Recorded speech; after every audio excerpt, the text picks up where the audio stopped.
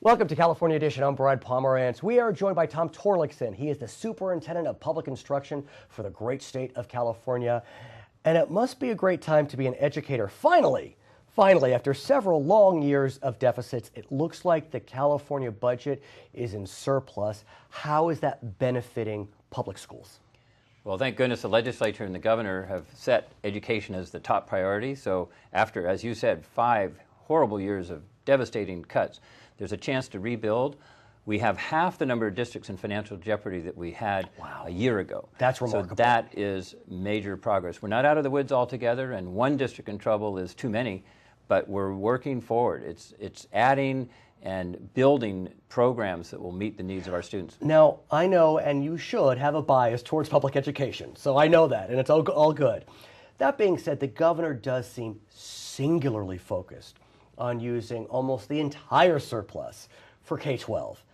In spite of your bias, should it be that we should be looking at other areas because the last 5 years were so difficult and so many programs were cut, not just K-12? Well, I would say education is the top priority, but we also have to have health care. We have to have kids that are well and attending school, not absent because of illness.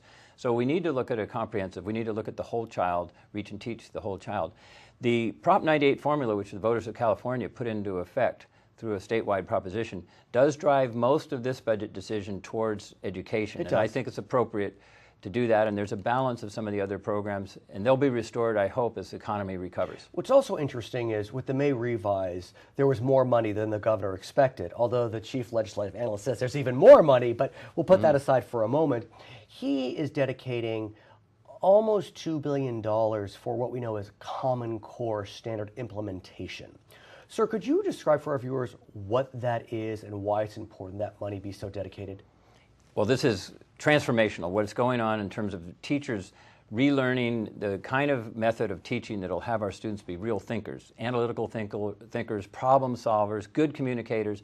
And so the governor has appropriately placed $1 billion to start with, and then another $1.5 billion to help generally the budgets of the schools. The $1 billion is dedicated to having the professional development so teachers learn this new 21st century skills. Less memorization, less bubble tests, more critical thinking.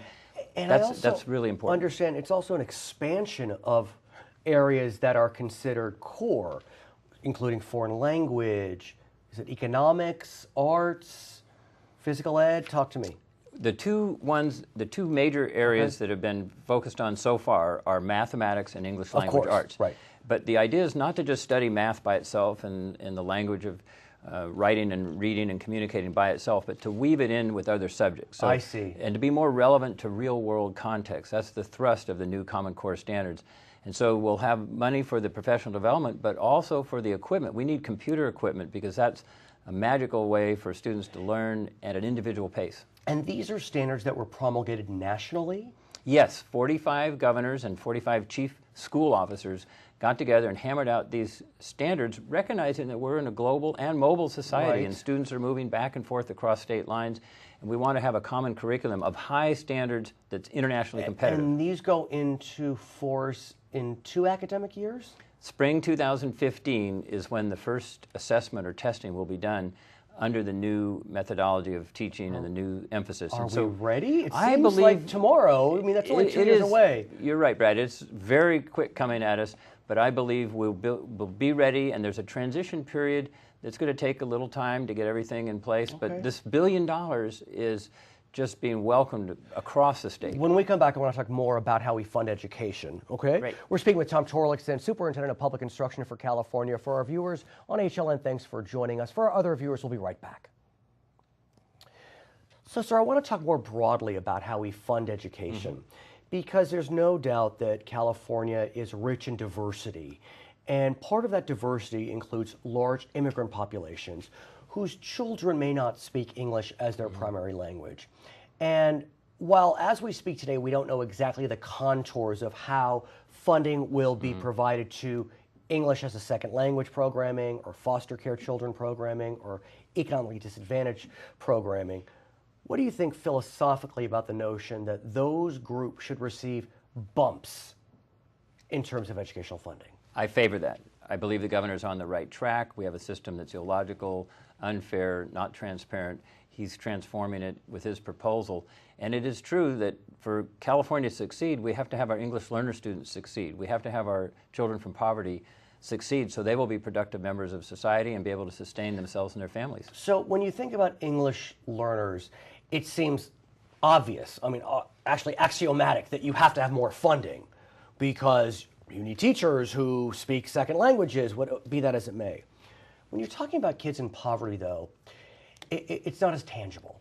It's not as easy to figure out what resources should be spent. So help us out here, because when I speak and talk to people on the street, that's where there's a little confusion on this. Students from poverty. Well, what happens there is that students grow up in a house where their parents, neither parent may have a high school diploma, let alone a college degree. Sure. There are no books, no magazines. There's no literacy tradition. So those students come into school a year and a half to 2 years behind other kindergartners. And then as each grade goes forward, they get farther and farther behind. And that's the trouble. And it takes so much more to remediate later to help those students catch up. And many never catch up. If they're not reading proficiently in the English language by third grade, that's an indicator they may be a future high school dropout. And I've heard that may also be an indicator of a future incarcerated felon.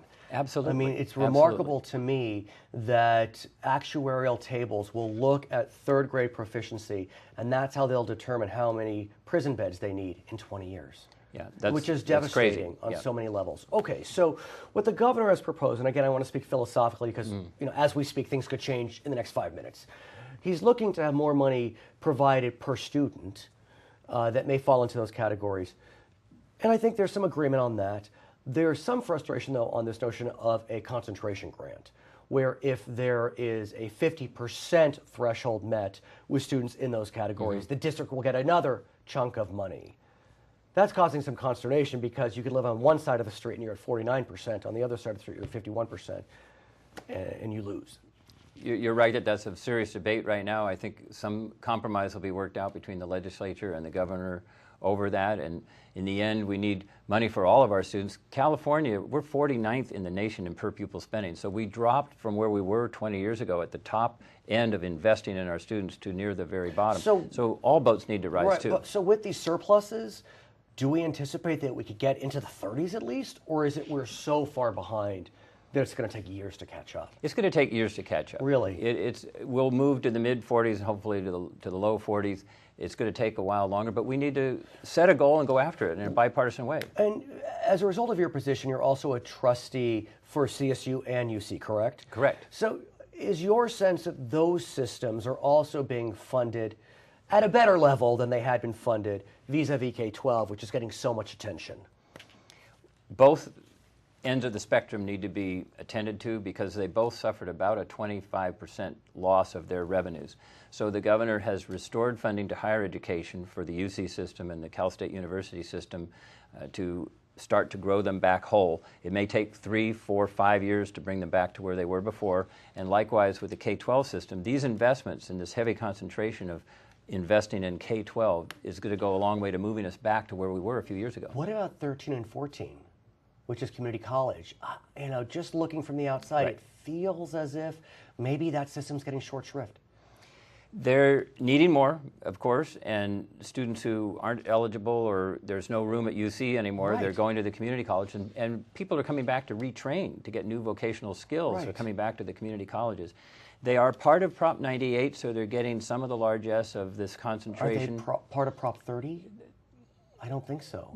They are helped by Prop 30 because okay. you have money, a general increase in the budget, so understand. they're helped by that as well. So they need more, but they are getting a share of Prop 98 money. The deferral money the governor earmarked $1.5 billion, that's going to help community colleges. His name is Tom Torlakson. He's the Superintendent for Public Instruction for the great state of California. I'm Brad Pomerance. This is California Edition.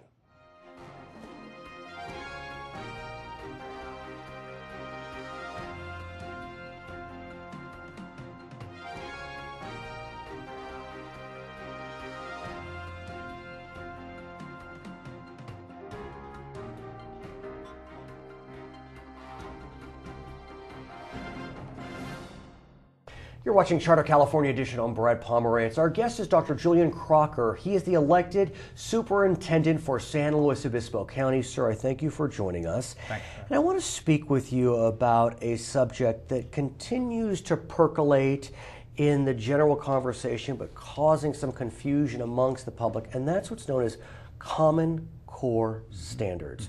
We keep seeing it in newspaper articles, we hear it on the news, but yet I don't feel as if we have a clear understanding of what it is. What is it? Well, it's a voluntary movement of about 47 different states. That's what I've heard.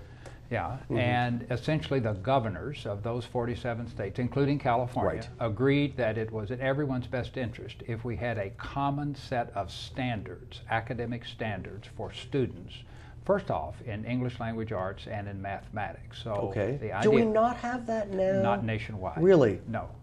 It would be a huge step for us as a country. And frankly, Brad, over the last 20 years, we've moved from individual districts having their standards, which frankly was pretty much driven by textbooks. But I had thought that with No Child Left Behind or even Race to the Top, that at some level we were nationalizing standards. That's the misconception. It's a misperception. Yeah, there's a nationalized testing rubric. Okay. But the problem is the standards in each of the states are different. I see. So if you have a certain score in New Mexico, that's not comparable to a score in California. So we are now unable to compare, if you will, across states. I also understand under Common Core that while there is an attempt to unify or create uniform standards for English and math, there's also a desire to expand the subjects that are considered core. Right.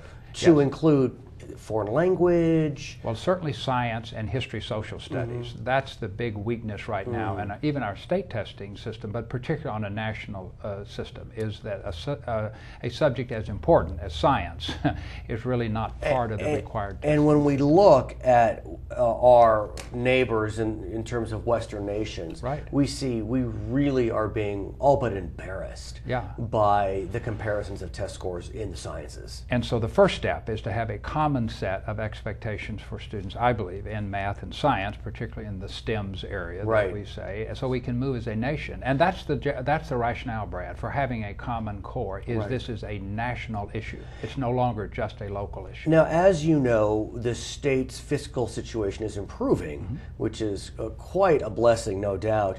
And the governor recently issued his May revised budget. And in it, because there is a surplus, he has proposed about $1 billion for Common Core standard implementation. Correct. That's a lot of money, but is it enough? It's at least a good start. One of the major concerns about the Common Core is there was not enough money to implement it. So the governor has said over the next 2 years, if he has his way, he'll allocate $1 million. This is one $1 billion. A billion, a billion with a B. Right. And this is one-time money, however, he is saying. It's not a continual allocation. So he's saying if this happens, you need to spend it on things like technology, like materials, like training, as opposed to building in ongoing staff costs. Right. What's interesting is Common Core goes into effect, I think it's spring 2015. Correct. We're going to blink and it's spring 2015. Are we ready? I think most counties, I know in our county, we've been at this for about 3 years. Really? In terms of training staff on the Common Core. So I think most counties in California have been doing that. As always, it'll be a race to get there. No doubt. But it's not like we haven't been doing anything. Okay, when we come back, I want to talk more about educational funding. We're speaking with Julian Crocker, Superintendent for San Luis Obispo County. For our viewers on HLN, thanks so much for joining us. For our other viewers, we'll be right back. So, sir, let's continue our conversation and talk about educational funding more broadly. I mentioned that the governor set aside $1 billion for Common Core implementation. He's also set aside a significant portion of the surplus that we see to K-12. And when I say significant, I mean a huge chunk. Some fault him for it. But what's your sense of how K-12 is being funded as we speak? Well, there are two things that are both, I think, positive. One, there is more money, and part of that is through just a recovering economy in the state of California. But more significantly, the governor is proposing what he's called the local controlled funding formula, which is the most important shift in California school funding in 40 years. Well, we don't know what's going to happen in the end. As we speak today, I think it's fair to say that the discussion is ongoing. Right. It's also fair to say, when you say important, if I may replace important with the word revolutionary, I mean, if we do see this new scheme march forward, the way school districts will be funded will be dramatically different. Absolutely. And so the main thrust, and I'm going to summarize, and again, we don't know what's going to happen, is school districts that teach students that have English language needs, that are economically disadvantaged, or in foster care, they would get additional funding. We also know that what we know as categoricals may be eliminated, those strings that are attached between Sacramento and local districts. Let's put that aside for a second and talk philosophically about the notion that school districts should get a certain amount of money more if they are educating students in the three categories I just mentioned. Right. I think research says, and frankly individual teachers will tell you, youngsters who come from poverty or youngsters who English is not their native language are more difficult to educate than kids who aren't in those circumstances. That's been long recognized. I think that most people would agree with that intuitively. I think where the debate comes in is the amount of bump. When the governor initially put forth this plan, and again, we don't know where it's going to end, 35% bump per kid that falls in that category, but then a concentration grant if a school district has 50% or more of 35%. That could be a 70% distinction. And boy, would that be nice if you fall into that category. But if you're in a suburban community, you're not going to fall into that category, potentially. No, I think that's an error. The 35% concentration is much less than that. It's not 35%. It's basically 50% for everybody, another 35% if indeed you have numbers. But if you reach that 50%, you're going to get an additional bump. A very small bump. I think it's around 8%. Well, it could be. I mean, negotiations continue to march forward. So initially, he had talked about a higher percentage. But talks are more philosophically. I don't want to get too into the details, although details are important. But you know what I'm saying. But are we creating a situation where it's Serrano versus Priest in the reverse, where it's the haves that are getting much less than the have-nots? I think that's always a discussion and a balance. So what the actual numbers are that work out, and we need to do both.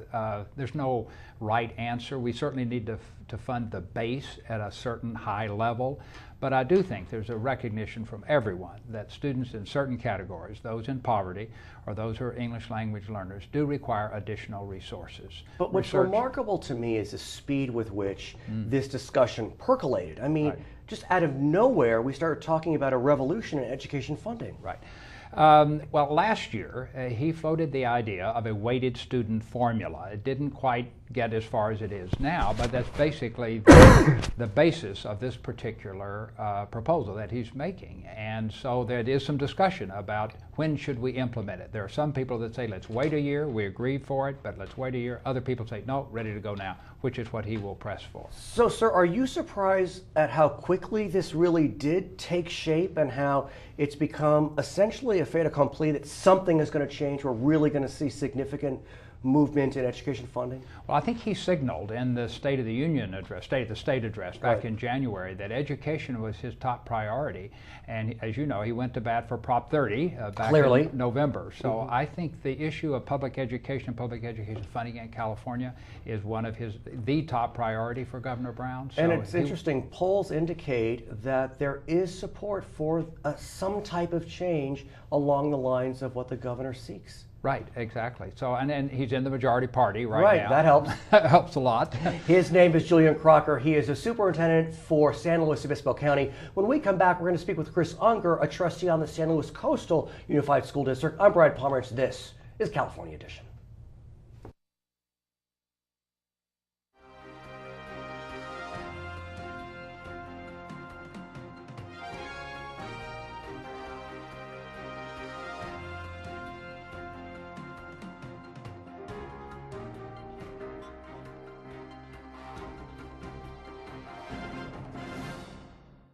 It's Charter California Edition. I'm Brad Pomerance. We are joined by Chris Ungar. He is a trustee with the San Luis Coastal Unified School District. He's also on the board of the California School Boards Association. Sir, I want to thank you for joining us. And I want to speak with you about education funding in our state.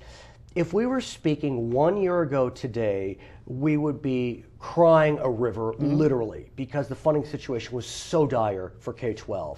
I can't believe that a mere 1 year later, it is that much rosier. It's nice, isn't it? It really is stunning, and I'm wondering, what's your sense as to why it happened? Well, I think there are two reasons why it's happened. The first is, thank goodness, Proposition 30 passed. Okay. And Proposition 30 freed up money. You know, the voters of California said, we're willing to pay more for schools, to protect schools. And so that was one thing that helped. And where it really helped was that there were no more cuts. There was not the ongoing pain. Right. But then the second thing that happened is that income tax has come in at a higher rate in California than was expected, than I think most people projected.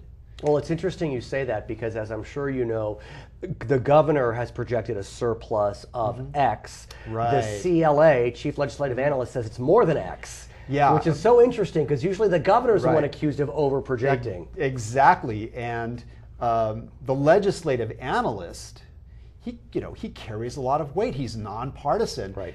His projection was for, I believe, $3 billion more. That's a huge chunk of change. And then through the next budget year, almost $4.5 billion. Yeah, we're talking a lot of money. That being said, I have heard some criticisms of the governor on this particular point, and that being, yes, we have a budget surplus, but you are so singularly focused on K-12. You are sending every single drip of surplus to K-12. I'm exaggerating a bit, but look, I know you're a partisan on the issue of education funding, but could it be that we shouldn't be so singularly focused on K-12 and we just spread the love a little more? Well, I think first thing is Proposition 98. Right. And Proposition 98 guarantees, I believe it's 40% of the state budget should go for education. And so the first thing that has to happen is that money has to come back to education. And then, of course, the terrible cuts we've faced since probably 2007, 2008, we believe that those cuts need to be restored. Well, now that said, I think it's important that we look at the health of our communities. I know a big issue for the legislature is what of the safety net do we need to restore? Arguments about, do we restore dental care for adults? And how can you argue about those things? Well, but those arguments are being lost by the proponents because the governor is so focused on spending state monies and surplus on K-12. Well, and again, I think he has to because of Proposition 98. And I think it's something that he feels obligated to do because we've taken those cuts, we've taken the deferrals, and he has promised people that he won't allow the legislature to overspend. Well, we know that. How do you I just wonder, look, I'm sure the governor loves all his children, metaphorically speaking. Yeah. But at a certain level, if you're restoring K-12 to pre-recession levels, what about restoring other social services to pre-recession levels? Well, and that's what the Senate wants to do, and I think that's what the Assembly wants to do. But the governor says no. But the governor's saying no.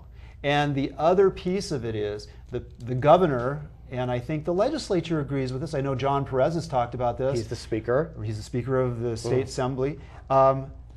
They want to do a reserve account, a rainy day account. And let's talk more about funding when we come back. We're speaking with Chris Ungar from San Luis Coastal. For our viewers on HLN, thank you for joining us. For our other viewers, we'll be right back. So, sir, let's continue and focus on another element of education funding, and that's what's known as the local control funding formula. I don't want to get too much into the weeds on this because as we speak today, it could be X and it could change tomorrow to XY. Right. But philosophically speaking, we have a governor who is very focused on changing the way schools are funded, and he specifically wants to give monetary preferences to school districts that educate high numbers of and any number of children that are English language learners, that are foster kids, or come from economically disadvantaged homes. Right. Philosophically speaking, what's your sense of that? Well, I'm going to speak for the School Boards Association right now, and I think it's probably fair for me to speak to about the majority of what school board members in California feel, and that is that there are kids who have exceptional needs. We know as a class that kids who are lower socioeconomics, who have English language learning needs, and foster kids, they need extra help. I believe I just read a figure that about 60% of the students in California fall into one of those categories or another. That's huge. And those are the kids for whom we see this achievement gap. There's no question that especially kids, if I may say, who are English language learners, they require other resources. That seems obvious on its face. But the governor's early proposals provided for quite a bump. I mean, for certain school districts, it could be a bump of 70% above unaffected school districts. Yes, and that's where the controversy lies. I think most school board members, I think most people in California would agree that the current system we have for funding schools is opaque at best. And obtuse and every other. I like those SAT words. Every other way. Yeah, thank you very much. I like those SAT words, right? But there's got to be a simplification, and that's what the governor's proposing. Now, I'll tell you a story that was related to me. And this takes place, this was told to me by a school board member in Clovis. Clovis is a Central Valley city near Fresno. Right next to Fresno. Right. So the story was two kids, Victor and Tomas. They grew up in the same neighborhood. Actually, they lived across the street from each other. They share the same, they are the same age. Right. They share the same friends. They go to the same parties. They live across the street from each other. One student is in one school district. One student is in the other school district. They both look, these are kids that look like they could be brothers. And yet the street separates the two school districts. The one that lives on one side of it gets would get $3,000 more per ADA than the other one, and that's the argument. And they have the same needs. Right, and that's the challenge, because I think when you speak with Californians and you ask, do you think a school district should get more per student specifically? Follow the student. If they have additional needs, yes. But the governor early on proposed what's known as a concentration grant. That's right. If a school district has 50% or more in those specified categories, they would get another bump. Another 35%. Right. That's the early proposal. We don't know what's going to happen in the end. That's what's causing a lot of consternation. That is absolutely what's causing the controversy. And the governor has made it clear that that's something he's willing to fight for. The legislative proposals look a little bit different. What is CSBA saying about the concentration grant? Well, what CSBA says first and foremost is that we really believe that we should be restored to the 2007-2008 levels. CSBA is for the concentration grants. They recognize that there are kids with needs, and so CSBA as a policy organization is for them. But that's the Clovis example. I mean, it's difficult. If there's a kid who needs, let the money follow the kid. But this whole, if you reach a certain threshold, you're going to get double what another school district gets, that feels, I mean, I query whether it's even legal. I mean, the Priest versus Serrano decision. Yeah, Serrano versus Priest, which is what drove the whole thing. Interestingly enough, Serrano versus Priest was the opposite. Exactly. Which was because kids in rich districts were getting funded so much more than kids in districts in poverty. And that was from the 70s, and that's where our current system came from. But then it's going to start playing into the whole narrative that suburban school districts are getting short shrift, and you're going to see more, I use this term very loosely, white flight out of these urban school districts, and then we'll become two societies. Yeah, I'm not sure about that. And I think the important thing to recognize is we're just going to have to see how this all plays out. Okay, we'll see. His name is Chris Ungar. He is a trustee with San Luis Coastal. I'm Brad Pomerance. This is California Edition.